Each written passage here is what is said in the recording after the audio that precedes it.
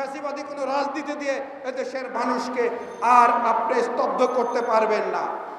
সুতরাং আসুন আমরা যেই দাবি নিয়ে এখানে আজকে রাজপথে নেমেছে, আজকের এই আয়োজন যারা করেছে পলিটিক্যাল থিঙ্কার্স ফোরাম, তাদেরকে ধন্যবাদ জানাই এবং তাদের দাবির সাথে একাত্মতা পোষণ করে সরকারের কাছে আমি দাবি জানাই যে আসুন অবিলম্বে এই গণজাগরণ মঞ্চের নামে যারা এদেশে অরাজকতা অস্থিতিশীলতা তৈরি করেছিল তাদের সাথে যাদের যোগ সাজশ রয়েছে তাদেরকে অবিলম্বে গ্রেপ্তার করুন, বিচারের আওতায় আনুন এবং একটি মানবিক বাংলাদেশ প্রতিষ্ঠার জন্য আপনারা কাজ করুন। আপনাদের সাথে আমরা রয়েছি, এদেশের জনগণ রয়েছে।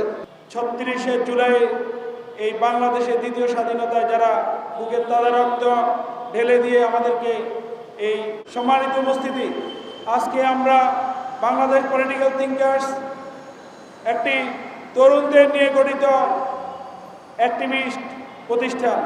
আমরা বাংলাদেশপন্থী এবং আমরা মনে করি যে 2013 সালে 5ই ফেব্রুয়ারি শাহবাগে বিদেশি একটি রাষ্ট্রের মদদে তাদের এই দেশের হাইকমিশনের মদনে এবং তৎকালীন সরকারের দোসরদের বিভিন্নভাবে সহায়তায় তাদের ইন্ধনে যে শাহবাগে গণজাগরণ মঞ্চ নামে নাটক মঞ্চস্থ করা হয়েছে, আমরা তার তীব্র নিন্দা এবং ধিক্কার জানাই। আজকে 12 বছর পরে এসেও আমাদের সবার কাছে স্পষ্ট হয়ে গেছে যে যেই গণজাগরণ মঞ্চ দিয়ে এই জাতিকে সুস্পষ্টভাবে রাজনৈতিকভাবে দুই ধারায় বিভক্ত করা হয়েছে। সম্মানিত উপস্থিতি, সেই গণজাগরণ মঞ্চে কি করা হয়েছে? ফাঁসি ফাঁসি ফাঁসি চাই, এই ফাঁসি ফাঁসির নামে তারা বিচারকে প্রভাবিত করেছে। আপনারা জানেন যে সেই তাদের আজকে যখন সর্বশেষ এটিএম আজহার সাহেবের কোর্টে যে রায় হয়েছে, নিষ্পত্তি রায়ে, সংক্ষিপ্ত রায়ে কোর্ট বলেছে মিসক্যারেজ অফ জাস্টিস, যেটা বিচারের নামে অবিচার করা হয়েছে বলে কোর্ট বলেছে। পূর্ণাঙ্গ রায়ে হয়তো আমরা আরও বিস্তারিত পাবো। সম্মানিত উপস্থিতি, তাদের সেই একচেটিয়া ফ্যাসিস্ট আচরণের কারণে বাংলাদেশে ফ্যাসিবাদের উত্থান হয়েছে। আমাদের সকলের মনে আছে তৎকালীন মজলুম সাংবাদিক ডক্টর মাহমুদুর রহমান বলেছিলেন, ওনার পত্রিকায় আমার দেশে হেডলাইন করেছিলেন শাহবাগে ফ্যাসিবাদের পদধ্বনি। তখন আমাদের অনেকেই যারা বাংলাদেশ মানা ডানপন্থী তারাও বলেছিল এটা মনে হয় বাড়াবাড়ি না। ডক্টর মাহমুদুর রহমান তখন জাতিকে, এই ঘুমন্ত জাতিকে জাগানোর চেষ্টা করেছিল যে ফ্যাসিবাদের পদধ্বনি শাহবাগ দিয়ে শুরু হচ্ছে। আজকে আমরা 24শে জুলাইয়ে ছাত্র জনতার বুকে তাজা রক্ত দিয়ে আমাদেরকে সেই মাসুল দিতে হয়েছে। প্রিয় উপস্থিতি, সেই শাহবাগের তাদের গণজাগরণ মঞ্চের কারণেই বাংলাদেশে বিএনপি, জামাত ইসলামী সহ বরাবর কোনো রাজনৈতিক দলের কোনো রাজনৈতিক অধিকার ছিল না। তিনবারের নেত্রী সাবেক প্রধানমন্ত্রী বেগম খালেদা জিয়াকে তারা অন্ধকার প্রকোষ্ঠে মৃত্যুর দিকে ঠেলে দিয়েছিল। ওনার হায়াত ছিল বিধায় উনি আমাদের মাঝে ফেরত এসেছে। আপনারা জানেন প্রিয় উপস্থিতি, তাদের সেই বাড়াবাড়ি ধর্মীয় কটূক্তির কারণে 5ই মে শাপলার উদ্ভব হয়েছিল।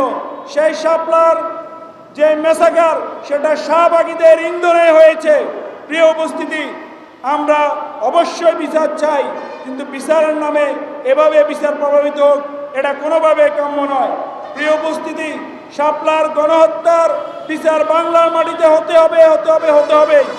আমরা এই শাহবাগের যেসব কুশীলব আছে তারা আওয়ামী লীগের উপর ভর করে বাংলাদেশকে যেভাবে মেধা শূন্য করেছে, যেভাবে রাজনৈতিক শূন্য করেছে, যেভাবে প্রত্যেকটা সেক্টরে প্রত্যেকটা ইনস্টিটিউটকে ধ্বংস করেছে, ফ্যাসিবাদের জাগরণ ঘটিয়েছে, আমরা তার তীব্র নিন্দা জানাই। আজকে আমরা দেখি, খুব দুঃখের সহিত বলতে হয় যে আমাদের নির্বাচন নিয়ে খুব বেশি তোড়জোড় শুরু হয়ে গেছে। আমরা ইন্টারিয়াম গভর্নমেন্টকে বলে দিতে চাই যে 2000 শহীদ বুকের তাজা রক্ত ঢেলে দিয়েছে শুধুমাত্র একটা নির্বাচনের জন্য নয়। আমরা মনে করি আগে তাদের বিচার হবে, তারপরে সংস্কার হবে, তারপরে নির্বাচন হবে। এই ক্রনোলজিতে বাংলাদেশ চলা উচিত। যদি এই গণহত্যাকারীদের বিচার না হয়, এই গণজাগরণ মঞ্চের কুশীলবদের বিচার না হয়, যদি সংস্কার না হয়, তাহলে জাতি ইতিমধ্যে বলা বলি শুরু করেছে যে হয়তোবা আরেকবার ফ্যাসিবাদ বাংলাদেশে উদ্ভব হতে পারে। ফ্যাসিবাদ যাতে বাংলাদেশে কায়েম না হয় সেজন্য এই গণজাগরণ মঞ্চের ফ্যাসিবাদের দোষরদের যথাযথ আদালতের মাধ্যমে গ্রেপ্তার করে শাস্তি নিশ্চিত করার মাধ্যমে আগামী দিনে ফ্যাসিবাদকে প্রতিহত করা সম্ভব বলে আমরা মনে করি।